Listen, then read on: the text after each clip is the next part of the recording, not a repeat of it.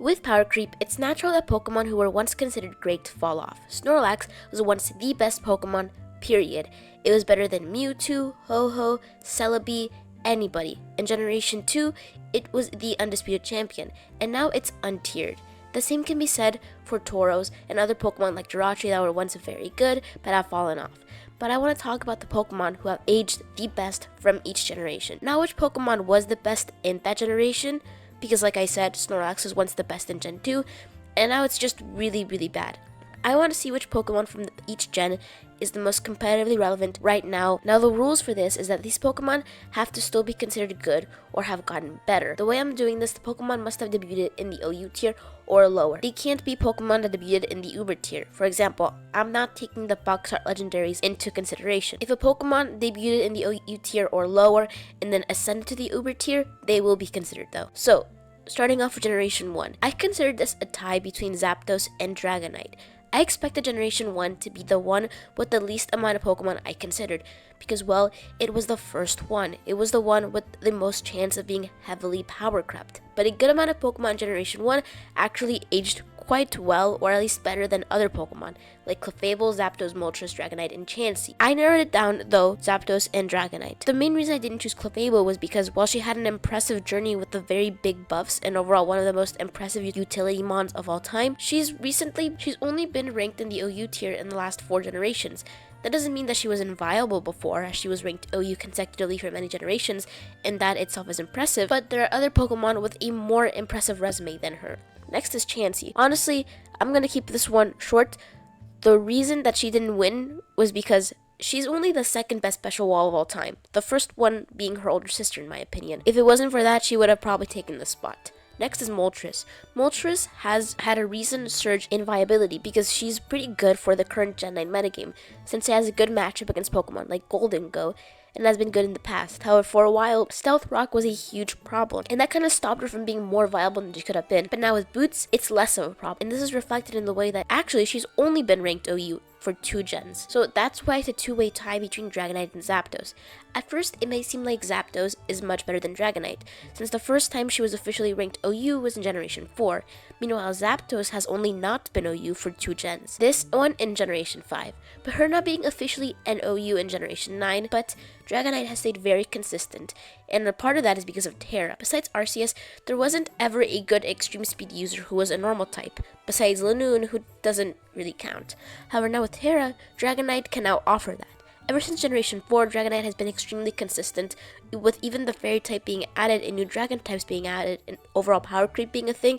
He has still been very impressive. Zapdos has been a staple of ranked teams for a while, synergizing very well with access to Thunder and Defog. But even without Rain, he's still great offensively. He's amazing and has a fantastic ability and static. He's one of the most consistent pivots in the entire game. He's an amazing physically defensive Pokemon and offensively as well. However, he's still fallen to UU. This doesn't mean that he can't be used at all. He still has a lot to offer, but when it comes to a flying type with an ability that can neuter a physical attacker, Moltres can do that a bit better. He currently has a better matchup against Golden Go as well, and besides that, the Archaludon ban made rain teams fall off a bit, and that means that Zapdos kind of fell off a bit, since a lot of the times he was being used, it was on those rain teams. This is overall way to tie against him in Dragonite, because even though Zapdos' competitive journey has been more impressive than Dragonite's as a whole, right now Dragonite is beating him in the current Gen 9 metagame, and that's what I'm going to be taking into consideration a lot. Remember, this video is how well have they aged in respect to Gen 9 OU. Next is Generation 2. Okay, so even though Gen 2 was only introducing a total of 100 Pokemon, there was definitely a lot of good Pokemon. I narrowed it down to Blissey, Skarmory, and Tyranitar. They all have a very similar competitive journey in the sense that they were all staples in the OU tier, with Blissey being OU for 6 out of the 9 gens so far, and currently the only one of the trio that isn't in the OU tier is Tyranitar. Tyranitar has been majorly power crept, and while I can see Blissey and Skarmory falling in and out of OU, it's pretty obvious that Tyranitar is probably never going to be ranked OU ever again.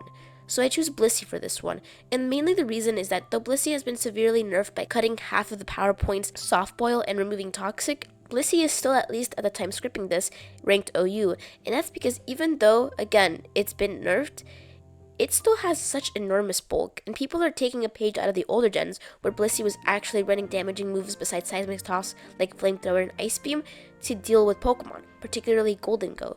Besides that, Blissey was continually used in the Uber tier in the past because even legendary Pokemon couldn't break past her. With the addition of heavy duty boots, it's even harder to deal with because passive damage doesn't get her anymore. The reason I didn't choose Skarmory is because even though Blissey got nerfed, no other Pokemon has really been able to contest her when it comes to being the best specially defensive wall. And Skarmory, even though he is very impressive, has gotten a lot of competition with Corviknight and is used less in Ubers than Blissey, so she wins this category for Generation 2. Next is Generation 3. So Generation 3 was a little difficult to choose. For a while, the only Pokemon from Hoenn that were ranked OU were Torkoal and Pelipper. I considered Swampert and Blaziken as well. I did an entire video about how much I love Swampert, but out of these Pokemon, it's definitely been the Pokemon that suffered the most because of power creep. It's currently ranked RU, and while he had a good competitive journey, being the first starter to ever be ranked OU in the tier, he isn't super relevant. Currently, Torkoal and Pelipper, who had both major glow-ups and are pivotal to the central focus of weather teams, aren't super relevant right now as they were at the start of Gen 9. However, Rain isn't too relevant right now. Rain isn't too relevant right now because Archaludon was banned, as I was talking about, and Sun is still popular, but balanced teams have really taken the spotlight in respect to what's the most popular thing to run. They actually both ranked UUBL and UU respectively. Hoenn in general has had kind of a rough go when it comes to having Pokemon that are particularly relevant. There is currently no Gen 3 Pokemon that is ranked OU, and that's why I'm going to give this to Blaziken, who has aged the best. Originally, Blaziken debuted below Swampert at UU, but eventually it had gained a hidden ability, and it was shot way up to Ubers because of speed boost. There was nothing it couldn't break through in the OU tier. It's a very similar story to Garchomp, where there was nothing that could wall it. Not even walls like Skarmory could hold him, but as the years went on, he became more and more an honorary member of Ubers, where he was mostly just there because the OU tier was too weak to handle it. It became akin to Reshiram and Agonadel, where even though it's ranked Uber, nobody was using it. And now it's not even ranked OU anymore, it's ranked UUBL. I know I've been hating on it a lot, so you might be wondering why it won this round, and it's simply because even though it's not as overpowered as it was, it's still the Hoenn Pokemon that has the most impressive competitive career and the most relevant right now. So Blaziken wins the round for Generation 3. Next is Gen 4. Generation 4 had some amazing Pokemon competitively, like Garchomp, Weavile, Gliscor, and Heatran. But I narrowed it down to Gliscor then Heatran, and then from there, it was pretty clear that Gliscor won. Gliscor was in his debut generation a pretty amazing Pokemon because of his useful stat spread and his great typing that allowed him to ignore spikes and take minimal damage from rocks. Fast forward to the next generation, and he got one of the biggest buffs in singles history, where he was given Toxic Kill. Toxic Kill is pretty great because it means that he can't be statused. Even if his item is knocked off, he can still heal, and he can immediately heal off rocks. It somehow got Magic Guard without actually having Magic Guard. Anyways, it was pretty clear from the start that he was useful, but fast forward to Generation 9, it's now more useful than ever because hazard removal is harder to come by, and a Pokemon that can take very little damage from hazards and pairs very well with Golden Go, one of the best Pokemon in the tier, and on top of that can stack on damage himself via spikes, is very useful. In the past, Gliscor was more offensively oriented, running moves like Swords Dance and Facade, but nowadays he makes more use of utility moves via knockoff spikes and Toxic. There was a brief period that I feel like people forget about way too fast where he was even banned to Ubers. That was the first time a utility Pokemon was deemed overpowered. That was ultimately what made me choose him. Pokemon like Heatran may still be useful, but Gliscor is a vital Pokemon for a variety of team structures. He's a key component of it. And even today, he doesn't have access to Defog and Roost anymore, but Gliscor is still a top tier Pokemon even with a nerfed move pool. It was still able to ascend to Ubers for a brief period. A nerfed move pool isn't something that most Pokemon can recover from, but he's basically embraced every single change and new mechanic that has been added to Pokemon, and it's helped them grow. To be honest, I think that he's the Pokemon who's aged the best, period, since you can even see him used in Ubers as a physically defensive Pokemon. Next is Generation 5. Generation 5 was one of the best generations in regard to introducing strong threats, like Serperior, Excadrill, Amoonguss, Olomolola, Ferrothorn, Volcarona, Landorus, and Kyurem. I honestly thought it was going to be a very difficult choice. After all, Landorus and Kyurem, right now, particularly Kyurem, are really hot topics. But when I thought about it for a little longer, it kind of became evident that the choice was really simple. It's Volcanrola. It's a pretty obvious choice. Volcarona is a Pokemon who has aged fantastically. When it was introduced, it was an absolute powerhouse, but Stealth Rock helped keep it in check. It would take way too much damage from it. But then Boots were introduced, and Volcarona became even more viable than before, because now you couldn't just set up rocks, now you had to knock off Boots first. And then Terra came into the mix, which helped to negate its easily exploitable typing, but also gave it an offensive boost, similar to Gems, which Volcarona was one of the Pokemon that kind of made Gems get banned in Gen 5. There is no better evidence for this than the fact that it's banned to Ubers in Gen 9 OU. With the 4 times weakness to Stealth Rock, it was banned to Ubers. Pokemon like Kyurem also have aged well, but new items and mechanics haven't helped Kyurem the way that it's helped Volcarona. And then Landorus is obviously a fantastic Pokemon, and it's not that I don't think he's aged well, it's just that more than anything it's consistent, so Mothra wins this round. Next is Generation 6. So Generation 6 was kinda weak. There wasn't that many Pokemon who actually aged particularly well. And you might think that I'm being mistaken, but it's true, and I think most of the reason is because in Generation 6, many of the top Pokemon were Megas, and Megas are currently obsolete in Gen 9 OU. There are currently no Pokemon from Generation 6 in Gen 9 OU. So unfortunately, the Pokemon who has aged well is Greninja. And quite honestly, Greninja hasn't actually aged that well. One of the main reasons is that Protein has been nerfed and so has Battle Bond. And while he's still a fast Pokemon and has a good move pool, so does Cinderace and so does Meowscarada, which are better than him in every single way possible. However, he's still not a bad Pokemon. A good move pool is good in any tier, and he has access to Hydro Pump, Water Shuriken, Surf, Gunk Shot, Grass Knot, Extra Sensory, Ice Beam, Spikes, Dark Pulse, and Protect. He's one of the best wall breakers in the UU tier. And his go-to item is Choice Specs. Generation 6 was overall kind of a sad generation because a lot of the Pokemon didn't really age well. I considered Hawlucha and Aegislash, and Hawlucha kind of had the same trajectory as Greninja in the sense that he was once ranked OU, but then he just fell to UU rather naturally because of power creep. The only reason Hawlucha lost out was because, well, Greninja is still better than Hawlucha in the UU tier. And then I also considered Aegislash, but Aegislash was a victim of Dexit. Next is Generation 7.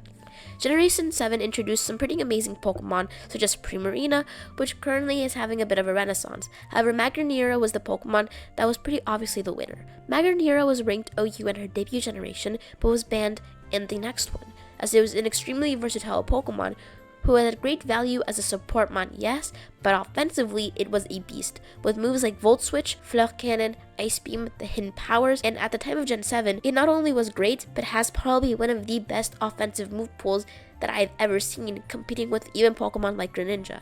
Not only that, but it arguably has the best typing in the game in Steel and Fire, and amazing stats that make it difficult to OHKO or straight up KO. Even Pokemon like Toxapex would struggle to take it on because it took major damage to a Thunderbolt. It could fit on a variety of team structures, and it even had access to Trick Room. Every single Pokemon that could potentially take it on or resisted a stab attack go down to a Choice Specs boosted move of one of Magnanira's many coverage options. Its spec set was ultimately what led it to being banned. And 2 generations later, she's still yet to be unbanned. And other Pokemon introduced this gen like Toxapex were good, and I considered it, but Toxapex is a victim of a nerfed moveset again. And because of this, it fell down to UU this generation. I also considered Komomo, but without Z moves, his presence really isn't as notable, and it's not really getting better. Next is Generation 8. Generation 8 obviously had huge threats, like Rillaboom, Cinderace, Corviknight, Dragapult, Regieleki, Ursaluna, and Enamorus. It was kind of on the fence about who to choose, but then after thinking about it for like a second more, I realized it was actually a pretty similar situation to Generation 7, in the sense that a Pokemon who was once legal in Generation 8 would later go on to get banned in Generation 9. That was Regieleki, who had a huge glow up from Generation 8 to 9, in the sense that in Generation 8, Regieleki was good. He had a speed stat of 200, highest in the entire game, special attack stat of 100, with a great ability, Rapid Spin, but besides that, it kind of had an awful move pool. Well, that's kind of an exaggeration. It didn't have an awful move pool. It had electric type moves plus Rapid Spin, but the problem is very simply that it had terrible coverage, as in no way to touch ground types. And say this with me, but with Terra, that's no longer a problem, because Terra Ice plus Terra Blast is a go-to combination for Regieleki.